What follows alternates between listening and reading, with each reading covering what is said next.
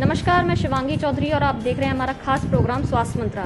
और इस वक्त मैं मौजूद हूं जिला अस्पताल में और हमारे साथ मौजूद हैं डॉक्टर नीतू सिंह, जो कि क्लिनिकल साइकोलॉजिस्ट हैं। तो मैम, जैसा कि मेंटल हेल्थ केयर के ऊपर हम बात करने जा रहे हैं और काफ़ी सारे ऐसे केसेस आ रहे हैं आफ्टर कोरोना कि लोगों के दिमाग पर काफ़ी असर पड़ा है कोरोना का, जिससे कि काफ़ी लोग डिप्रेशन में आ जाते हैं। तो आपके पास किस तरीके के पेशेंट्स आ रहे हैं आपके पास में जिनको इस तरीके की परेशानी हो रही है?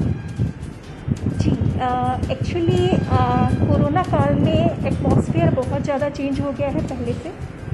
हम बहुत ज़्यादा लोगों से मिलजुल नहीं पा रहे हैं। एक डर का माहौल है। सारी तरफ आपको एक निगेटिविटी दिखाई पड़ती है, नकारात्मकता दिखाई पड़ती है, चाहे वो न्यूज़ में हो, चाहे आसपास के लोगों के दिमाग में हो। तो इस वजह से कई तरह की समस्याएं जनरल पॉपुलेशन में जिनको कोरोना नहीं हुआ है और साथ साथ में उन लोगों में जिनको कोरोना हुआ है और ऐसे लोग जो कोरोना से संक्रमित होने के बाद ठीक हो चुके हैं, इन सभी में कुछ मानसिक समस्याएं दिखाई पड़ रही हैं। हमारा जो डिस्ट्रिक्ट मेंटल हेल्थ प्रोग्राम है, यहाँ हम लोग पोस्ट कोविड OPD भी चला रहे हैं। साथ साथ में हम मेंटल हेल्थ के लिए कई हेल्पलाइन भी चलाते हैं, जैसे state mental health helpline, national mental helpline, और ये सिटी की भी एक मेंटल हेल्थ हेल्पलाइन है जो BMHP के थ्रू चलती है। कई तरह के कॉल्स आते हैं जनरल पॉपुलेशन से रिलेटेड भी, कोविड पेशेंट से रिलेटेड भी और रिकवर्ड पेशेंट से रिलेटेड। बेसिकली कुछ मुख्य समस्याएं जो हो रही हैं, दिखाई पड़ रही हैं, सबसे ज़्यादा है जो जनरल पॉपुलेशन में है वो है एंजाइटी, चिंता, डिप्रेशन या अवसाद, और नींद ना आने की दिक्कत बहुत ज़्यादा दिखाई पड़ रही है। साथ साथ में जो कोरोना पेशेंट हैं उनमें भी बहुत सारा स्ट्रेस दिखाई पड़ता है। आप हमेशा स्ट्रेस फील करते हैं, लोगों से अलग हैं आप, एक तरीके का स्टिग्मा होता है कि लोग आपसे मिलना जुलना पसंद नहीं करते। ठीक हो जाने के बाद भी कई लोग अवॉइड करते हैं।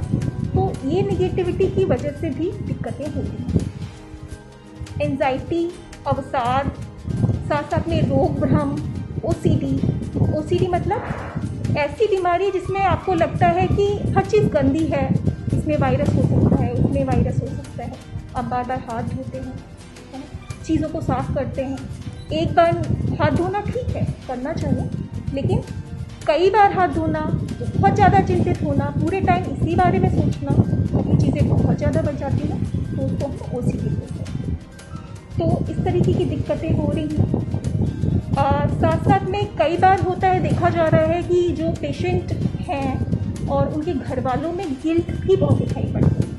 कई बार हमारे यहाँ डॉक्टर्स हैं या मेडिकल वर्कर्स हैं, उन्हें दिखाई पड़ता है कि उनके जब फैमिली मेम्बर्स इस तरह की बीमारी से ग्रसित होते हैं तो एक गिल्ट होता है उनके अंदर कि हमारी वजह से ऐसा हुआ, या अगर एक्सपायर हो गए तो ये गिल्ट और भी ज़्यादा बढ़ जाता है। तो ये गिल्ट भी डिप्रेशन की तरफ लेके जाता है। तो इस तरीके की दिक्कतें बहुत ही जनरली दिखाई पड़ रही हैं, जिनको हम लोग टैकल करने की कोशिश करते हैं बाय काउंसलिंग। बाकी हम कुछ चीज़ें जर्नली भी बोलते हैं, जो सभी को बोलते हैं, चाहे वो जनरल पॉपुलेशन हो जिनको थोड़ी बहुत दिक्कत हो रही है, या फिर जो ऐसे पेशेंट हैं जिनको ज़्यादा परेशानी है, जो हमें ध्यान रखनी चाहिए। सबसे पहली चीज़ जो है कि हम लोग बहुत कट ऑफ फील कर रहे हैं, लोगों से मिलजुल नहीं पा रहे हैं, एक स्टिग्मा फील कर रहे हैं। तो ये ज़रूरी है कि जो भी आपके संबंधी हैं, जिन लव्ड वंस हैं, उनसे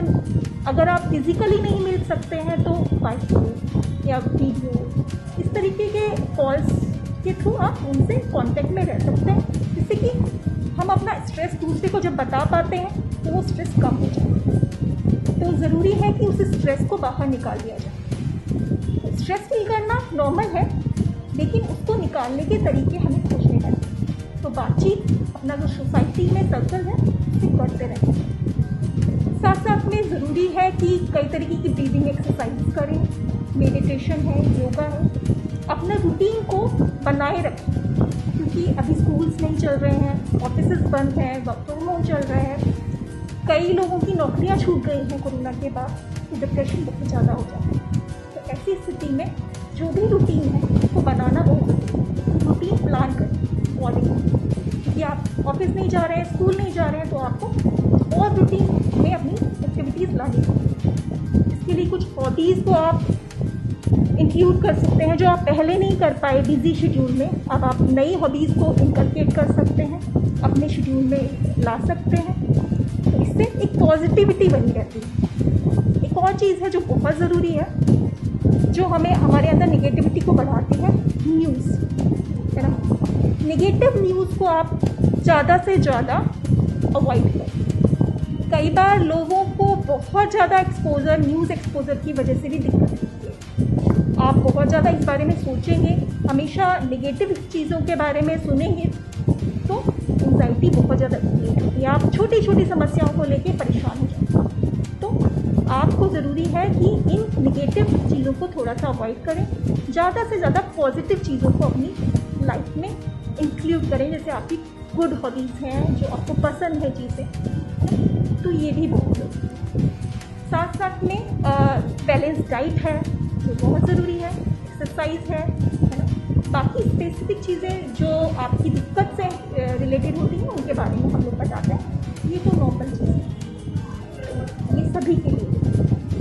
अच्छा मैम, एक बात और, जैसे कि आपने डिप्रेशन बताया या और भी चीज़ें बताई हैं, इसके अलावा और भी है, जैसे कि ऐसा भी कोई केस आया है जिसमें सुसाइड तक मतलब पेशेंट पहुंच गए हों, जिनके दिमाग में ऐसी ख्याल आ गए हों कि अब मरने के अलावा कुछ नहीं है, जैसे कि क्योंकि बहुत ज़्यादा दिक्कतों का सामना किया लोगों ने, और काफ़ी ज़्यादा डिप्रेशन इस हद तक बढ़ जाता है कि लोग बहुत आगे तक की सोच लेते हैं कि अब नहीं रह सकते या अब नहीं कर सकते। तो ऐसा भी कोई केस था आपके साथ?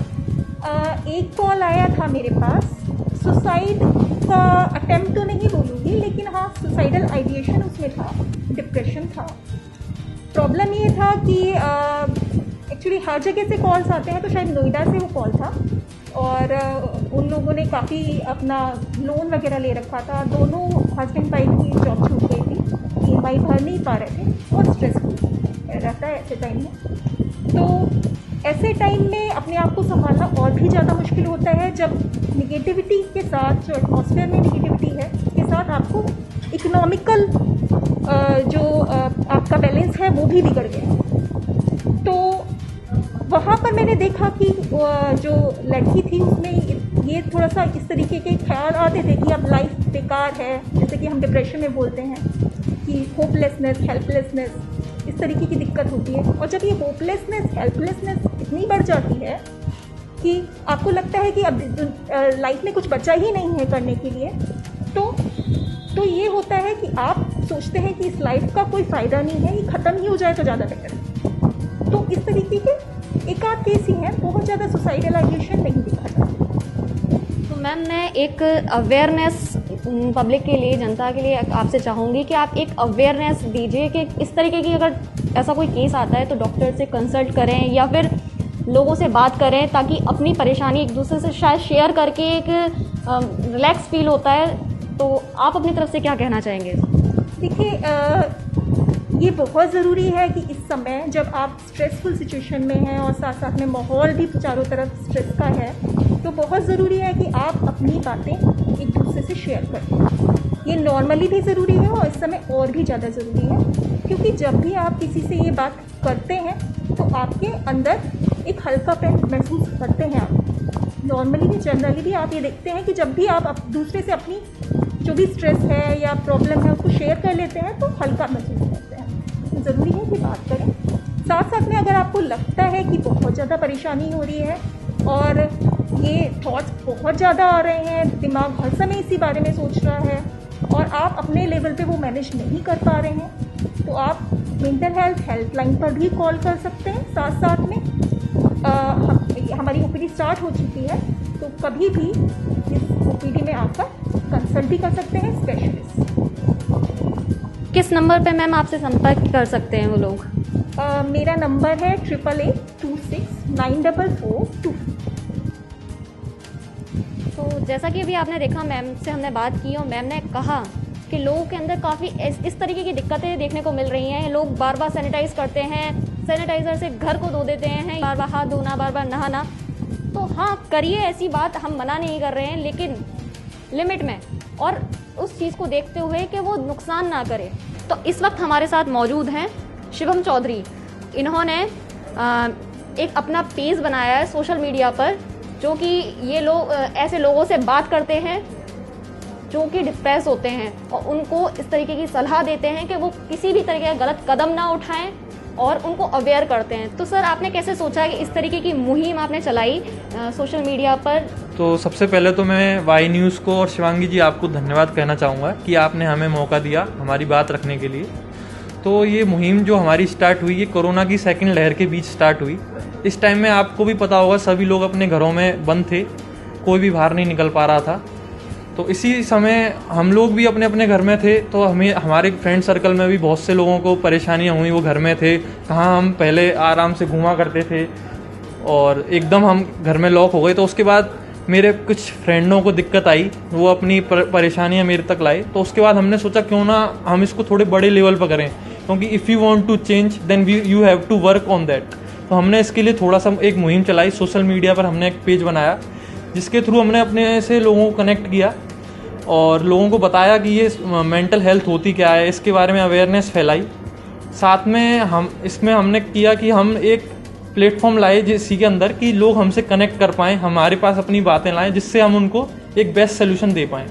इसी को मद्देनज़र रखते हुए हमने अपने काम किए और कई लोग हमसे कनेक्ट कर पाए और उनने हमारी बात सुनी और हमने उनको मदद की। अभी करेंटली अगर मैं आपको बताऊं तो 6 से 7 लोग ऐसे हैं जिनकी हम बात कर रहे हैं, जिनको हम गाइड कर रहे हैं।